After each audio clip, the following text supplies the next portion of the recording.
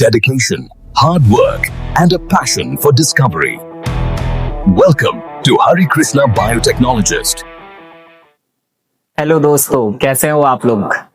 तो आज हम कुछ सीखेंगे इम्पोर्टेंट क्वेश्चंस जो कि हमारी क्लास 10th एनसीईआरटी के हैं। और ये मैंने एनसीईआरटी के लाइन टू लाइन क्वेश्चंस उठाए हैं जहां से क्वेश्चंस बनते हैं पीवाईक्यू पेपर्स को देख करके। तो ये कुछ इंपॉर्टेंट क्वेश्चंस हैं जो हम डिस्कस करेंगे। देखिए, सबसे पहला क्वेश्चन लिखा है यहाँ पे बैक्टीरियल एसटीडी। एसटीडी क्या होती है? Sexually transmitted disease. तो मैं आंसर भी एनसीईआरटी बेस्ड दूंगा जो आपके एनसीईआरटी में लिखे हुए हैं। तो बैक्टीरियल एसटीडी का एग्जांपल होता है गोनोरिया। ठीक, स्पेलिंग का ध्यान देना है, बच्चों को गोनोरिया लिखना नहीं आता है। और दूसरी एसटीडीज होती है सिफिलिस। सिफिलिस ये दोनों बैक्टीरियल एसटीडीज में काउंट होती है, गोनोरिया और syphilis. Next question, viral STDs are.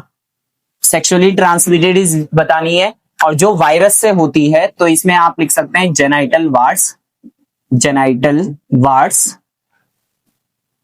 RTS, and then दूसरा HIV, ह्यूमन इम्यूनोडेफिशिएंसी वायरस।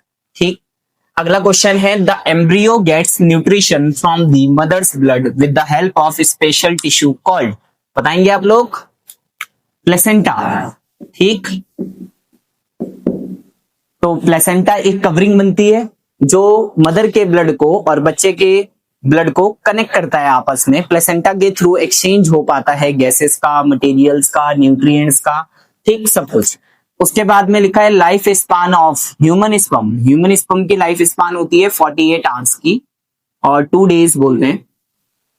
उसके बाद जो ह्यूमन ओवम है उसकी लाइफ स्पान होती है 24 आवर्स की, 1 डे।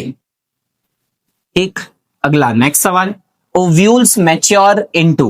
तो ओव्यूल मैच्योर होता है सीड में आफ्टर फर्टिलाइजेशन, और ovary matures into fruit, fruit में मैच्योर हो जाता है। अगला सवाल, the reproductive part in plant. Plant के अंदर रिप्रोडक्टिव पार्ट क्या होता है? फ्लावर। प्लांट के अंदर बहुत सारे पार्ट होते हैं, root, stem, leaf, branches, node, internode, but flower is the reproductive part of plant. ठीक, और फ्लावर में भी अगर रिप्रोडक्टिव पार्ट पूछेगा तो स्टेमन और कार्पल लिखेंगे आप लोग।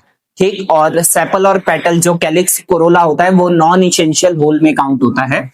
ठीक, उसके बाद chain of bird is observed in. ये बोर्ड में आया हुआ सवाल है ये भी। ठीक, तो चेन ऑफ बर्ड किस में देखने को मिलती है? ईस्ट के अंदर देखने को मिलती है। ईस्ट के लिए एक और खास बात आप याद रखें कि ये एक यूनिसेलुलर फंजाई भी होता है। यूनिसेलुलर फंजाई भी होता है। सारी की सारी फंगस मल्टी सेलुलर होती है, but east is the unicellular fungi.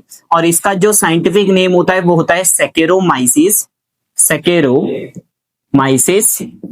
सेरिवेसी। ये इसका साइंटिफिक नेम होता है, जिसमें हमें बडिंग के थ्रू ये करता है और चेन बना लेता है। ऐसे चेन बना लेगा यूं, इसके ऊपर इस तरीके से यूं चेन बन जाती है ऐसे। तो ये बर्ड्स हैं इसके छोटे छोटे, और चेन ऑफ बर्ड इसमें देखने को मिलता है। This is parent and this one is called other one. आगे लिखा है birds present in the notches of leaf margin, bryophyllum, Bryophyllum.